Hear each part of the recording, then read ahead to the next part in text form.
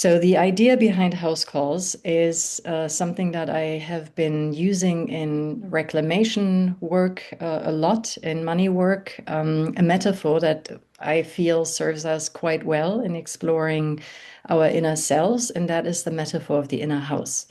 And some of you have heard me talk about this before. So the idea is that when we were born, we were all born with an inner house. And this inner house has a multitude of different rooms. Some are very tiny, some are very big. There are hallways and staircases and nooks and crannies. And it's a bit of a Harry Potter house. So it can be reconfigured freely and it changes over time, over our lifetime. And in each of these inner rooms of our inner house, we encounter a different human quality.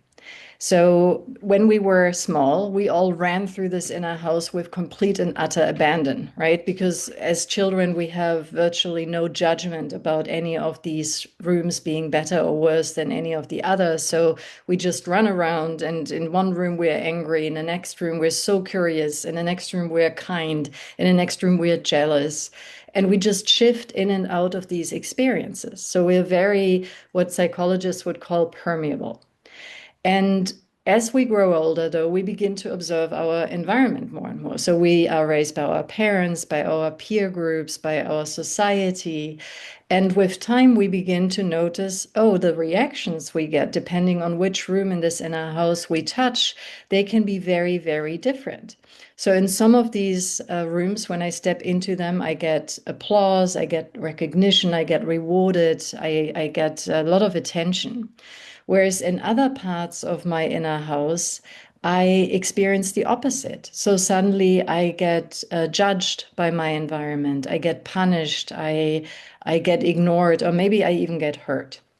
And of course, as this, newly human being in this world, I'm not stupid. So I begin to label my inner rooms and I go, okay, these are clearly the good rooms because that's where good things happen. And then these are the bad rooms because that's where all the horrible stuff happens.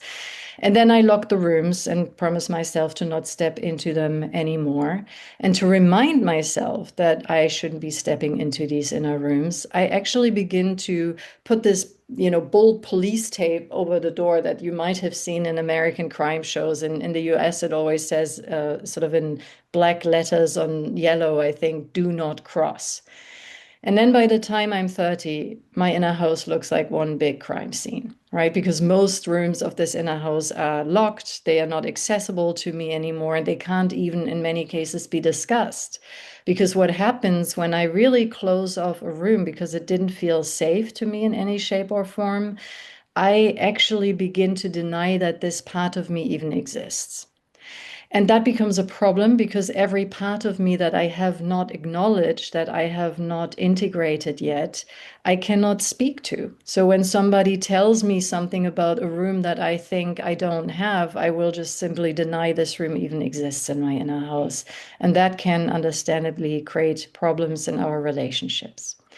So the House Call series is really about the exploration of our inner house, of finding out, how do we function in this space with more freedom? How do we create a space within ourselves where we can move in and out with the same abandon and the same innocence that we had as children? And having these inner rooms accessible to us also means that we can we can determine how much time we want to spend in them. And one of the biggest gifts for me of the reclamation work was actually the understanding that none of these rooms are in and of themselves horrible rooms, right? Everything, every human quality, even the ones that we really despise, they're at the end of the day contextual, and they are not on off switch, but there is a scale, right? So I can choose intensity the moment I'm aware of an inner room in my inner house, whereas when I don't acknowledge that room, I often cannot choose intensity because I get hijacked by a room and suddenly slide into this room in the dark of night without even knowing that I did that. And my environment will then often feed back to me that I slipped into one of these rooms. So for me, this is the great becoming more human together. That's the intention of the inner house calls. So I'm really excited that you are here. Now, actually, let me stop my audio sharing. Let me say something about the potentially scary proposition that I made about us being recorded and these sessions also being recorded. I thought long and hard about this because there's a lot of stuff that I do within our community where I deliberately don't record because I am aware that for most of us, not being recorded creates an added layer of safety, and we just feel more protected. And when you're there, you're there, and when you're there, not there, you're not there. That's basically it. However, my intention with this house call series is I want to create a platform where this kind of work becomes more known and where we normalize being human. Yeah, being human in our glorious messiness, being human in our tears, in our anger, in our greed, in our jealousy, in whatever we feel we are not allowed to be or to have.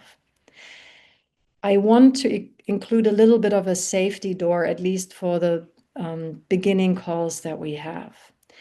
If you decide to be so bold and step into a hot seat with me, and you really feel afterwards, oh my God, and again, the recordings will not be shared with your name, but of course, with the technology out there, if somebody really wanted to find out who you are, they probably could, besides the people that know you anyway. So I want to create a bit of a safety net, which means if you really feel that you would rather die than have anybody see this recording of you, we're not going to publish it the next day because we will cut them a little bit and shorten them a little bit in certain areas possibly. So there is a bit of a few days where you can get back to me. And if you really feel this would be the most horrible thing for me if this became public, I will pull the recording. Yeah, so just so you know, there is a bit of the safety net. I hope that you feel safe enough with me and with us to not use it, but I want to acknowledge that maybe in some instances that might be necessary.